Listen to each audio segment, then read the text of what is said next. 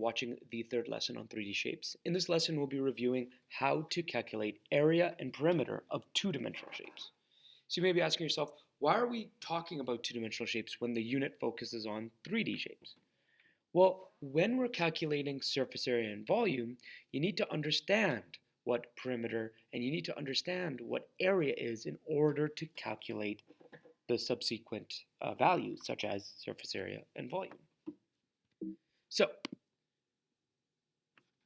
what is perimeter and area, and how do we calculate it? Sorry, it's a little crushed there. How do we calculate it, right? Well, the perimeter of a 2D shape is the total length of the outline. So here we have a square.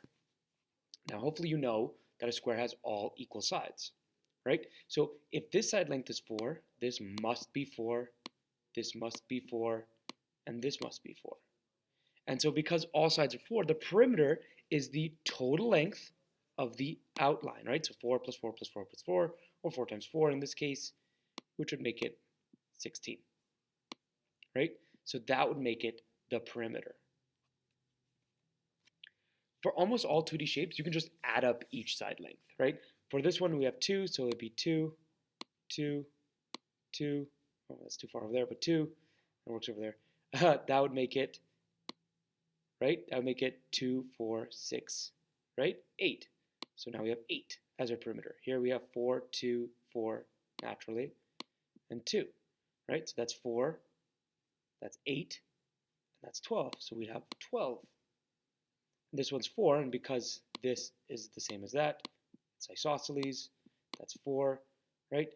So we have 10, 14, so 14 in total would be our perimeter, right?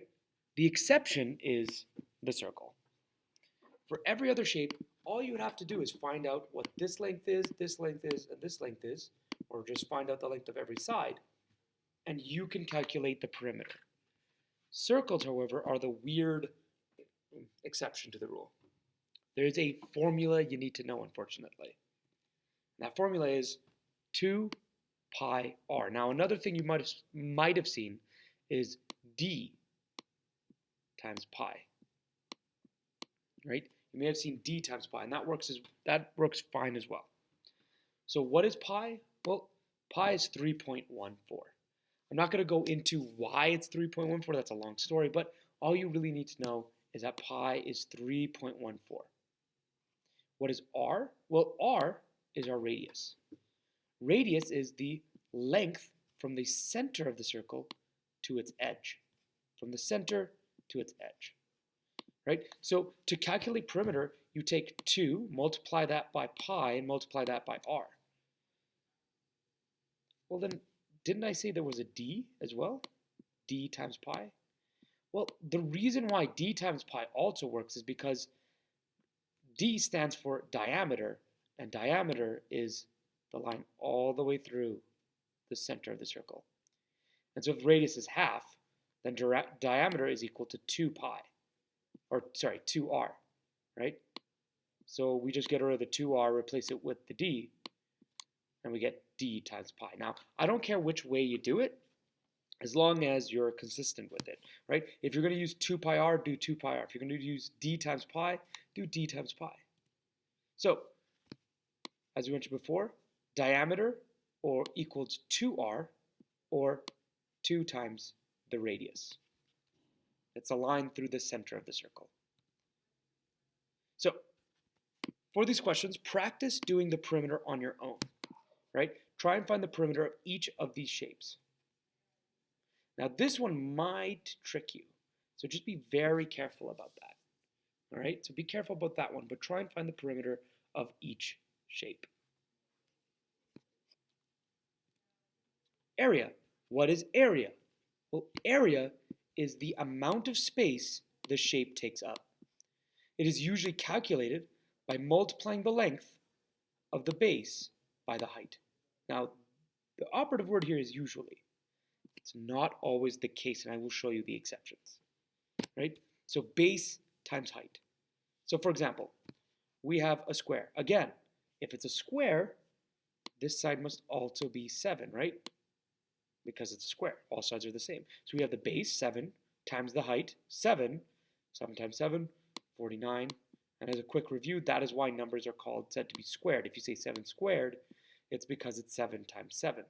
And in this case, if the side length of a square is 7, the other side is 7. So the area of this one is 49.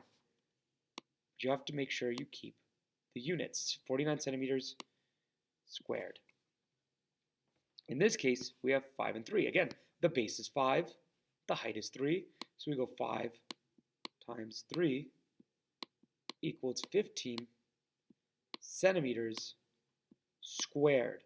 Don't forget those units, right? Perimeter is just centimeters. Area is centimeters squared, or whatever unit you're using squared.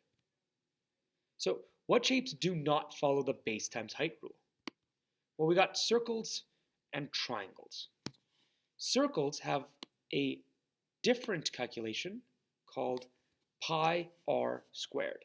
So you take the radius, square it, and multiply it by pi. That'll give you the area of the circle.